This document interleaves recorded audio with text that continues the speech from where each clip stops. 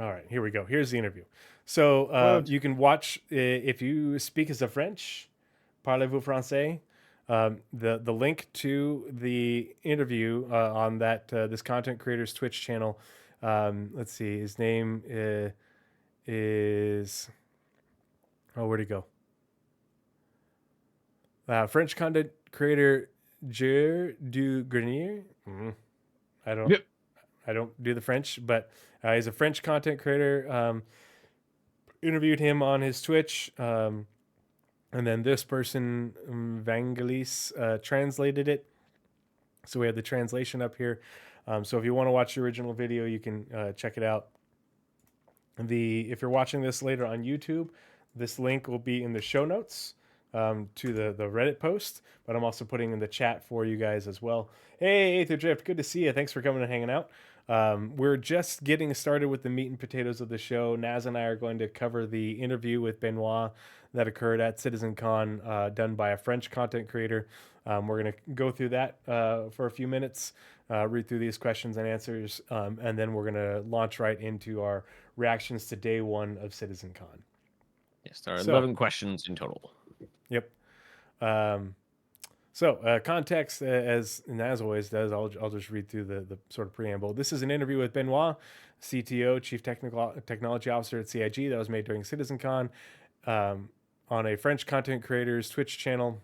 That's their name. I can't pronounce it. I've translated the entire interview from the language of Moliere into that of Shakespeare for those who are interested.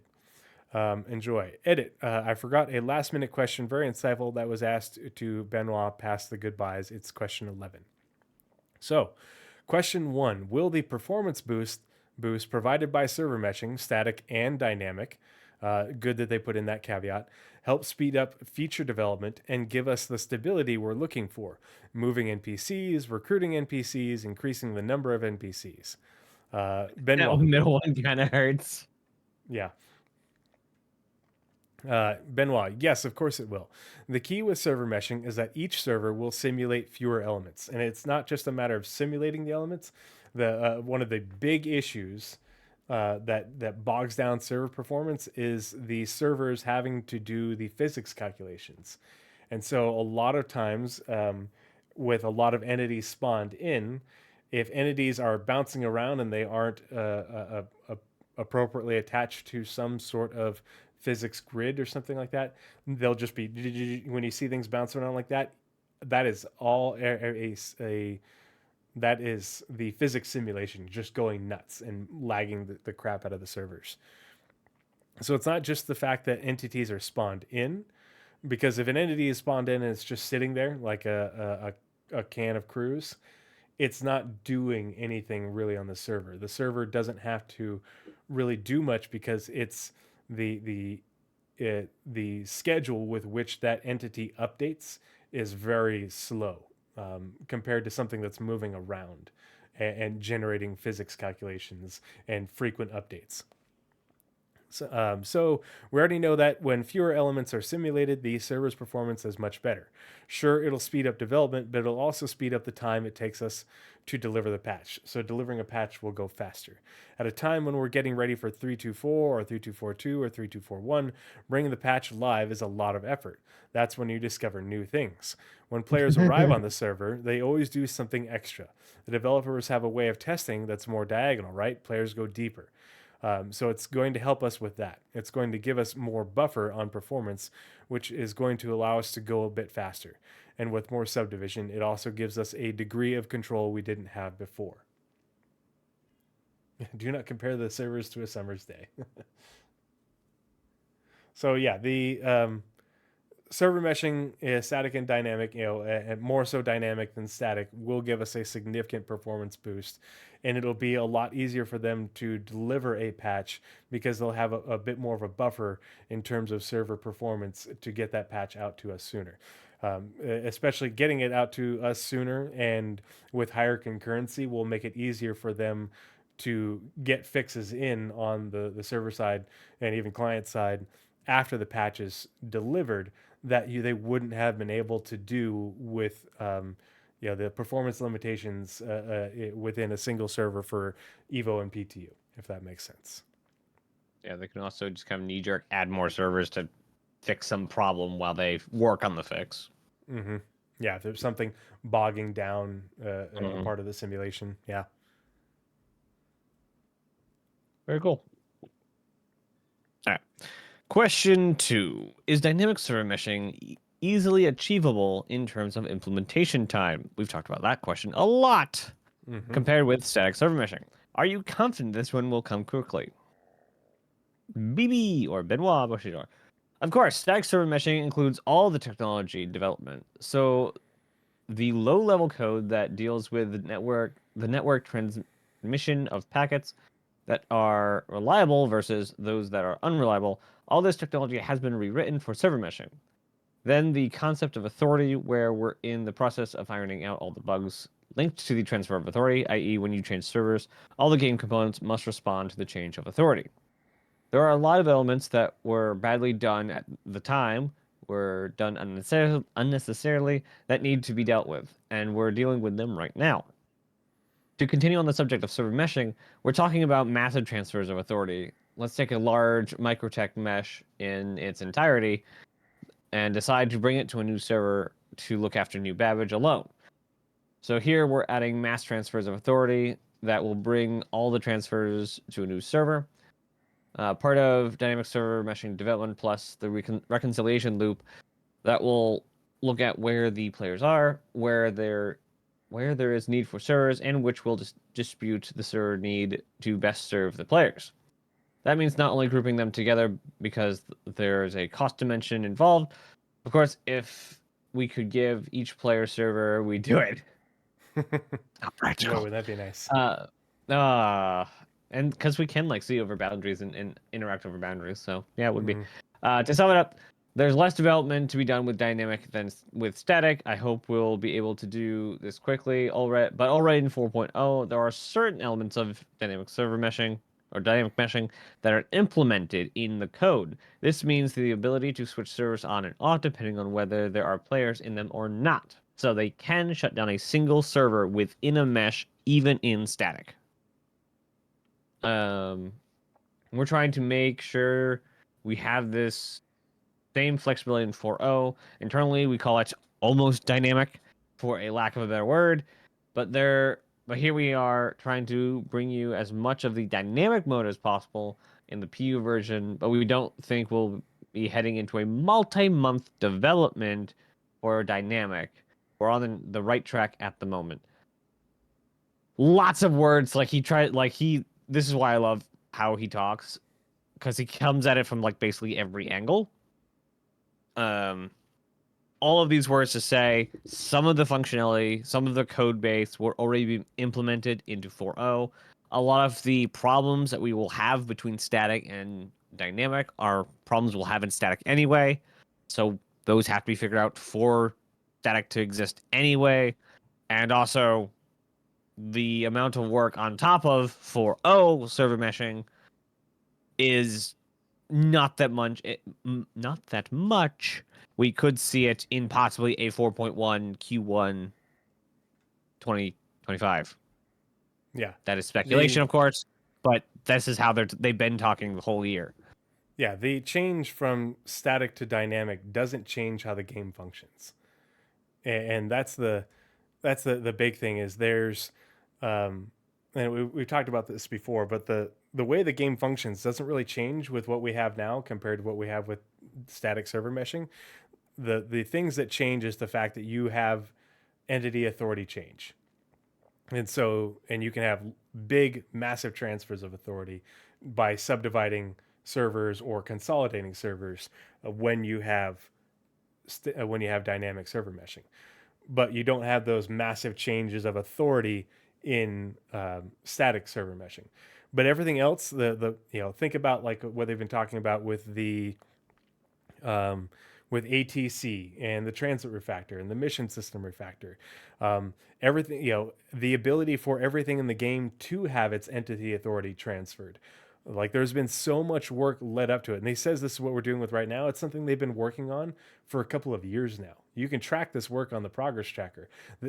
That's the reason we have so much information in the roadmap to dynamic server meshing, the unofficial one, is because they've been talking about all this work for some time, and they've been refactoring things and working out different systems as they've been coming up on them. But a lot of it can't get done until the very end when they have all these other pieces in place, like the PES and the replication layer and its separation and what have you.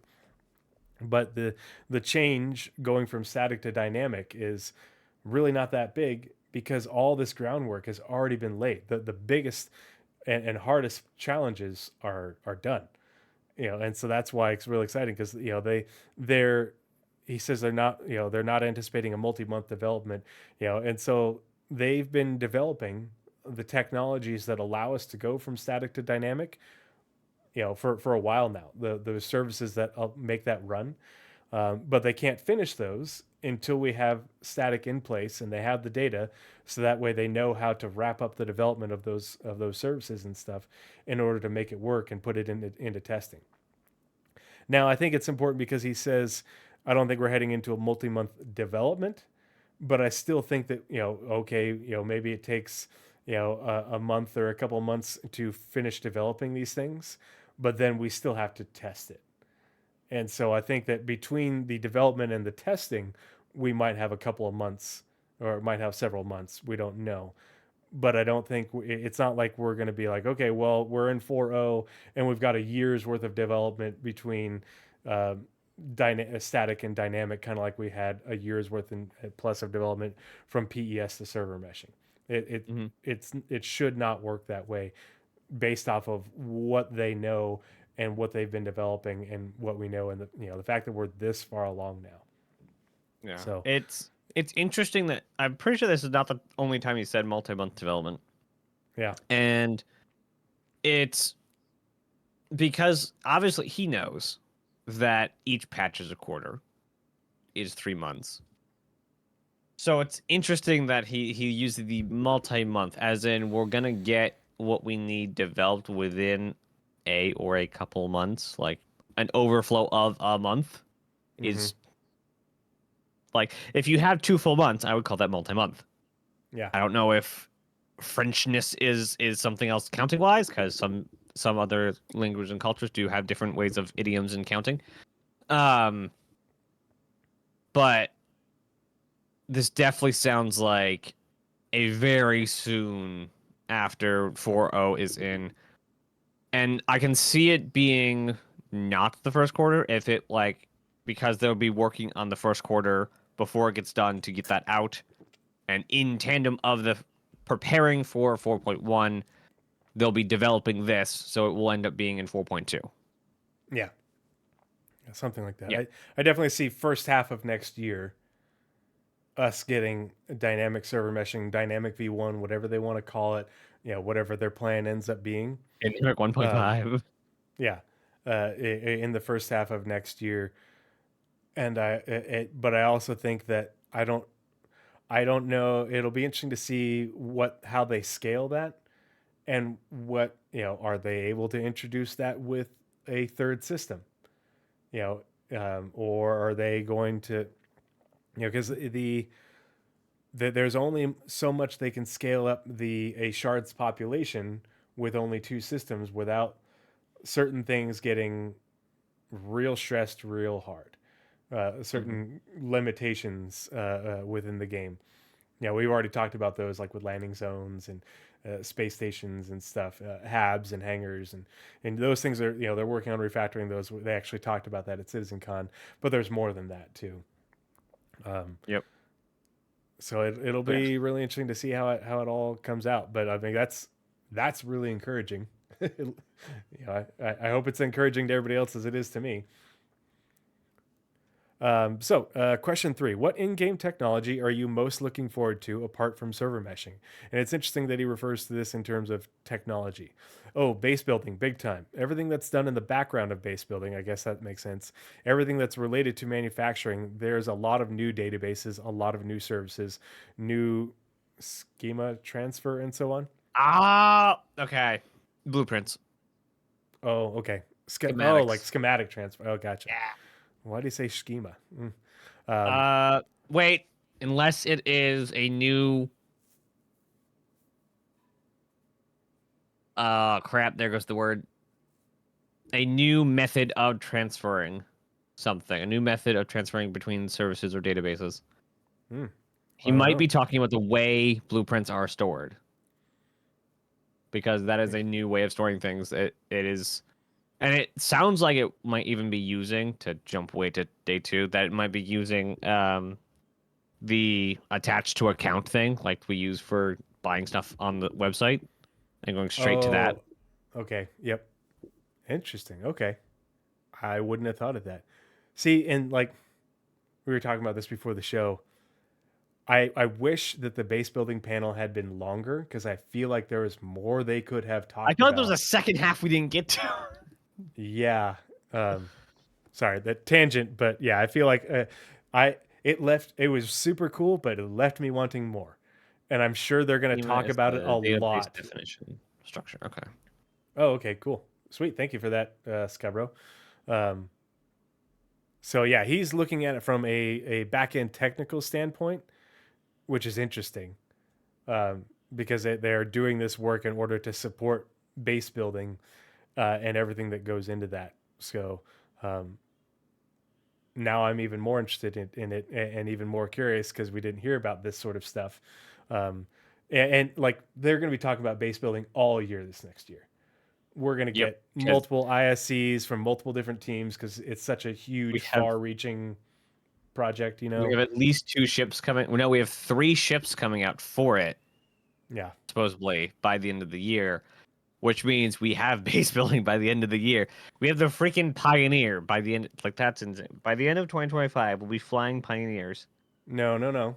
The What do Pioneer you mean? goes No, into no, no. development in the next 12 months. All those ships they said go Okay, into the okay, fine, fine, development. fine, fine, fine, fine. Yeah, We'll still be building bases.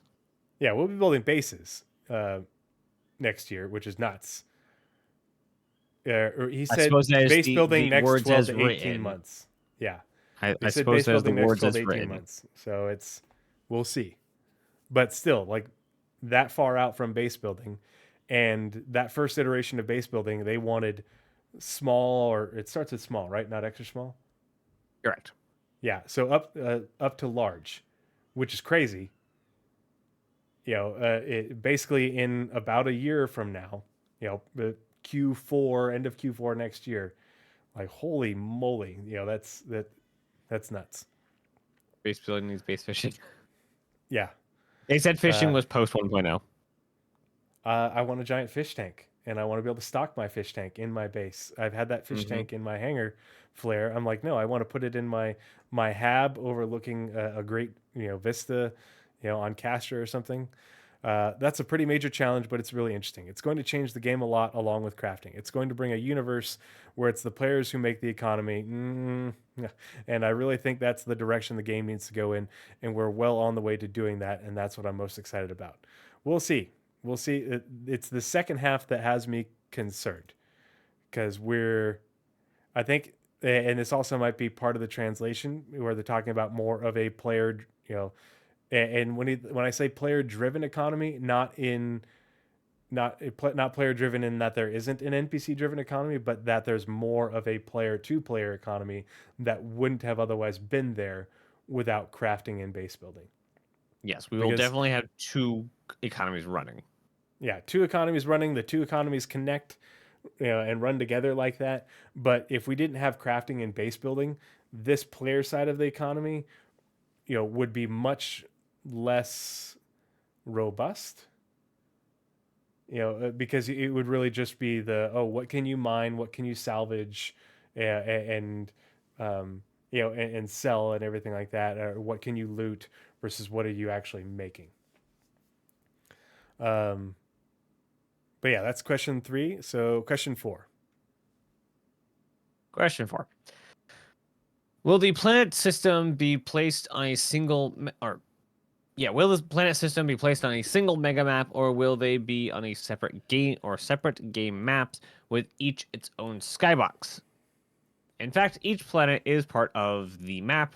We still have the mega map concept, but we have a branch principle, and each solar system has its own branch, what we call the root of the universe. You really can't have players there. They're always Challenge there. accepted. They're Players are going to always in find the a way star to glitch system. into the root of the universe now. Yes, yes, yes. I think it's pretty locked off, but sure, you can try. In fact, uh, they're not quite mapped as such, uh, but it's the same concept, but it's a big data set.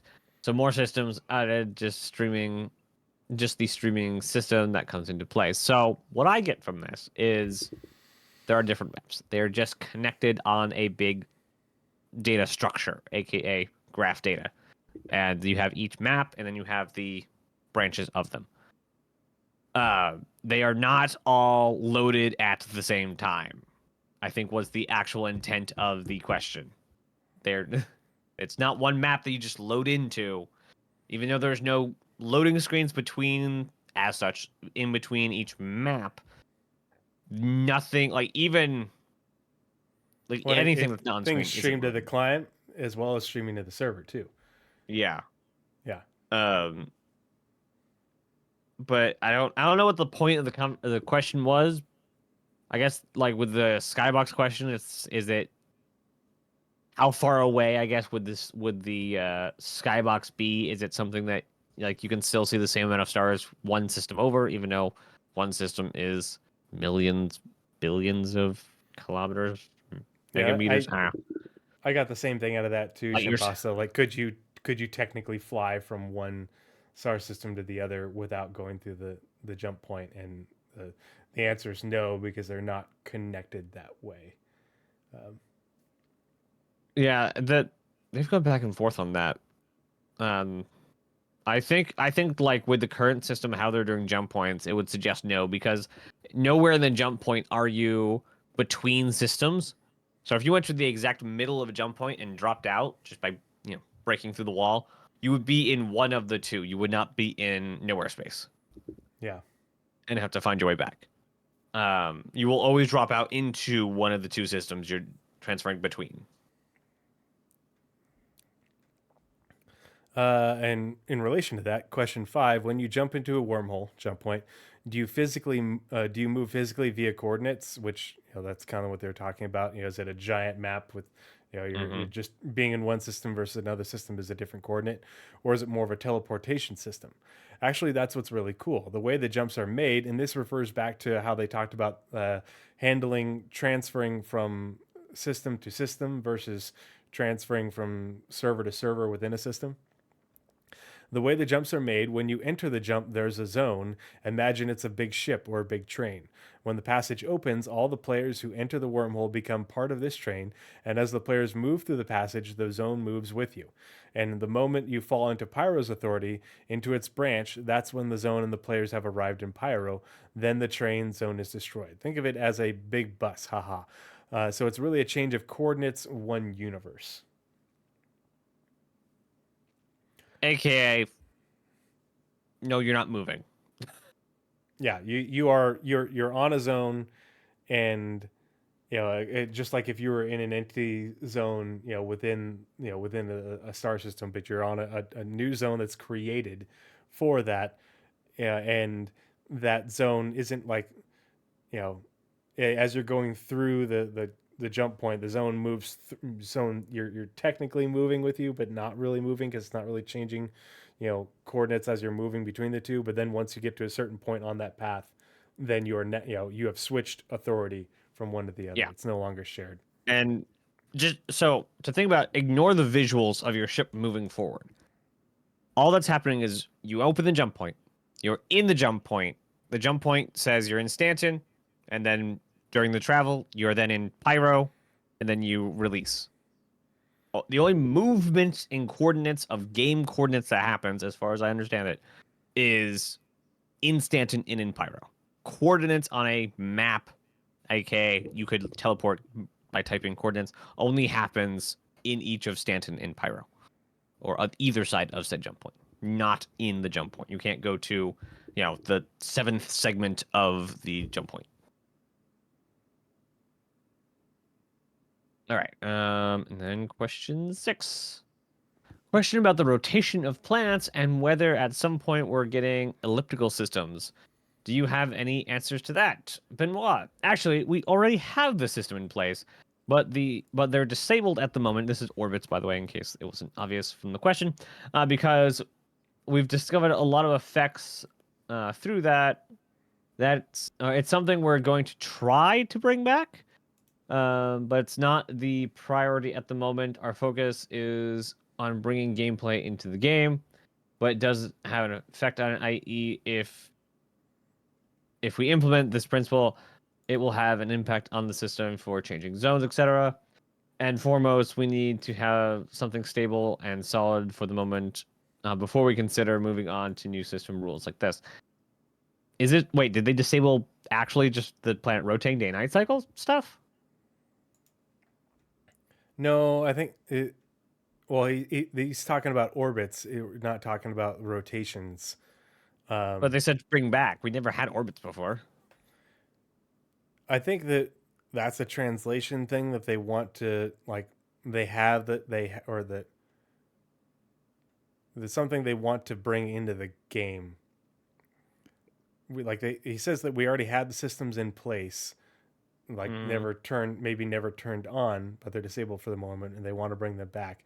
But you know, Okay, makes because sense. it can, like, if you think about it with, with all the way different systems in the game work, if you had things orbiting, how would that affect the way the game runs? You know, with Right. physicalized quantum travel, with missions, with how things hook into, the Star Sim. But like, what I thought was really interesting, and I forget who's who's was a Supermax brother was talking about this interview. If they get orbits in like this, it would be really amazing to have the orbits affect the changes, the seasonal changes that they demonstrated, Mm-hmm. versus Yep. just having it be the in-game calendar. You know. Yeah. Or the out-of-game calendar, if that's some MMOs too. It'd be Yeah. really cool if they just had their entirely own dating system and the date or the calendar system would be changed on every planet. Mm-hmm. So you could just jump planets and have an always autumn experience. Yep. That was it for 6, right? Yep. Yep. Cool. All right. Question 7. You managed to propose 4.0 to the Evocati before CitizenCon. So congratulations on that. But aren't you disappointed that it's only happening now, whereas your goal for 2023 was a summer 2024 release? Release. Benoit, yes, of course, we're not super happy with the timing, which is to say that 324 was a really difficult patch. It brought a lot of features, persistent personal hangars, freight elevator systems that really touched on a lot of systems already in place that were problematic. So there was a whole bunch of under the hood work that they had to do with different databases in order to make these things work, these big ticket features work. And people don't like look at them, they're like, it's just a freight elevator, it's just a hangar. It's not that simple, because all the freight elevators and the hangars interact with backend databases and ownership, and how these things are loaded in and unloaded, stowed, unstowed. And so there's a lot to for Benoit's tech wizards to work on to get this working. And so that, along with you know what came before with the RMQ, really set them back. I talked a bit about this on SC Live last time. There are really 3 systems in the game that are problematic: the air traffic control system, the ASOP terminal system, and the transit system. We all know what's wrong with that. Because they're a bit old, we try to update them, but we never have priority over them, in that they haven't had a chance to really, like, not just update but fully refactor them. And then server meshing adds to the complexity, so as 324 really slowed us down. Then in March, during performance testing, we identified that we had to make a detour to install the RMQ system, which gives us better network performance. So we're not entirely happy with our timing, but we're happy with the result in the sense that we can see that the technology is functional, and it's really just a first step. As I said in my action reports, we're not chasing numbers, not chasing 1,000, not chasing 2,000. we're chasing a really real quality of gaming experience, what they roll back to and keep up for hours and hours on end to make sure it's stable and maintains performance. We'll go with what's most stable and functional. Not 1,000, not 2,000. Sorry, folks. That's I for also Q1, imagine that, Q2 when we get dynamic. yeah, I also imagine that the reason we don't have a wide 4.0 is not something's breaking. I don't know what they're testing with these little spurts of 5-hour tests, but I don't think it's like catastrophic. I think they're just like, okay, let's tweak this. Let's tweak this. Okay, here's 4.0. And it's like, Evo, go. I don't think it's gonna be like, okay, add a little bit here, add a little bit here, and then we're just gonna inch our way up to a full Evo. I think it's gonna be they're doing something, and there's gonna be a massive deluge of stuff into Yeah, Evo. they're getting Evo to test the things where if this doesn't work, the game is broken. If you can't pull your, they've talked about it before. If you can't pull your ship out, if you can't load into the game, if you can't, just do the basics of fly from one place to another, we can't move past that. And so they're nailing down those things, um, and then, but then after that, like, what is there? Yeah. Engineering, you know. I mean, there's a whole bunch of gameplay systems that we don't even know, because there's a lot of social elements, a lot of NPC elements that we don't know of. Obviously, the repair stuff, faction gameplay.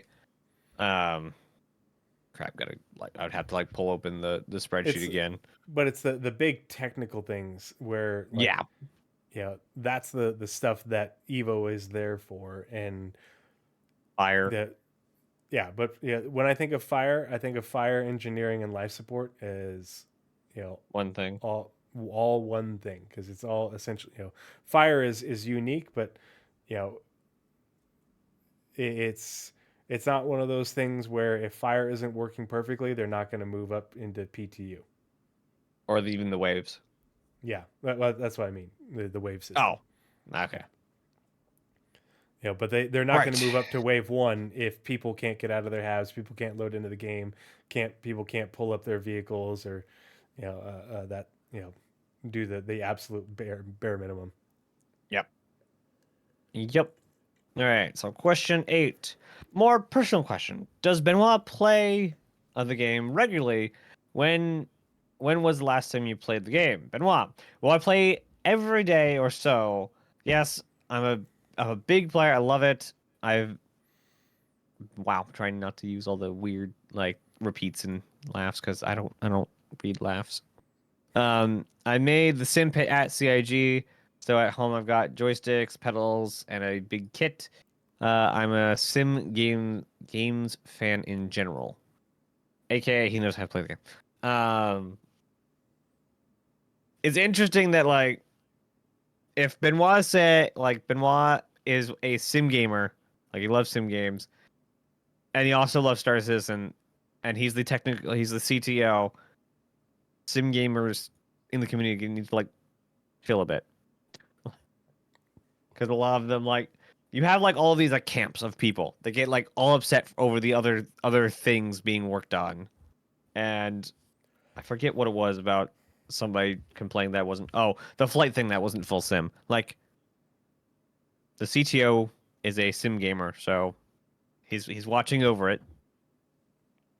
He should remove Fun. MM. Oh my god, Did you see the Massimo's pictures not of going the anywhere. sim pit, that he built at I did not see CIG? the picture of it.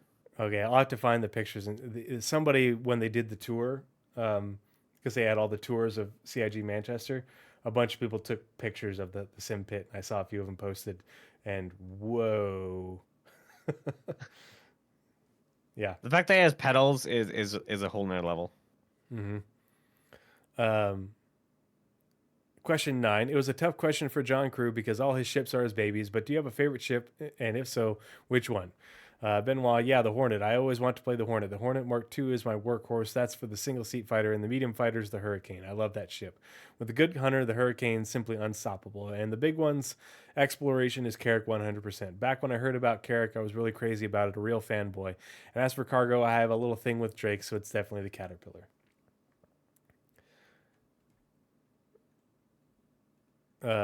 Question 10. Sure. We saw the panel that they talked about Castra, and we saw Nix 2, but the base building coming up of all the systems, which would you like to settle in? Okay, with base building coming up, which would you like to settle in? Nix to me, it has to be unlawful because I like the action. So for me, it has to be an unlawful, and it's gonna be hot.